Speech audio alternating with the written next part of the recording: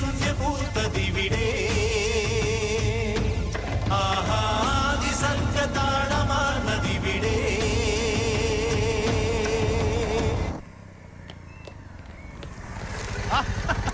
Good morning. Very good morning. അല്ല, Bobachan Gulf മതിയാക്കി ഇങ്ങ് തിരിച്ചു പോന്നു. ലീവ് എക്സ്റ്റെൻഡ് ചെയ്യാൻ വന്നതാ. ഈ ലീവിന് മറ്റു മെനക്കെടുന്ന സമയത്ത് ആ നക്കാപ്പിച്ച സർക്കാർ ജോലി അങ്ങ് വേണ്ടാന്ന് വെച്ചൂടെ? അത് മറ്റാർക്കെങ്കിലും പ്രയോജനപ്പെടുകയും ചെയ്യും. എടോ, മരണപ്പായയില് പെൻഷൻ കിട്ടുന്ന വകുപ്പാ ഗവൺമെന്റ് ഉദ്യോഗം. ഇനി വല്ല സാമ്പത്തിക മാധ്യമം കൊണ്ട് ഗൾഫിൽ നിന്നെങ്ങാനും പോരേണ്ടി വന്നാലും ഇവിടെ അടച്ചു വെച്ചിരിക്കുന്ന പാത്രം ഉണ്ടെന്നുള്ള ധൈര്യം ഉണ്ടല്ലോ. അല്ല, ബോബിച്ചൻ ലീവ് എടുത്താ ഗൾഫിൽ പോണത്, ഇയാളോ ലീവ് പോലും എടുക്കാതെയാ സീരിയൽ അഭിനയം. അതൊക്കെ നമ്മുടെ ഡിപ്പാർട്ട്മെന്റിന്റെ ഒരു അഡ്ജസ്റ്റ്മെന്റ് അല്ലേ? സർക്കാർ സർവീസിലല്ലേ ഇതൊക്കെ നടക്കത്തുള്ളൂ. ചരിത്ര കഥയാ. 400 എപ്പിസോഡ് കഴിഞ്ഞു. ഗ്രഹണി പിടിച്ച പിള്ളേരുടെ വയറൊഴിയുന്ന പോലെ അങ്ങനെ കൊണ്ടേയിരിക്കും. അതെ, പോട്ടെ, ഓഫീസിൽ പോയി ശമ്പളം മേടിച്ചിട്ട് വേണം ഷൂട്ടിങ്ങിന് പോകാൻ. ഈ വേഷത്തിലോ?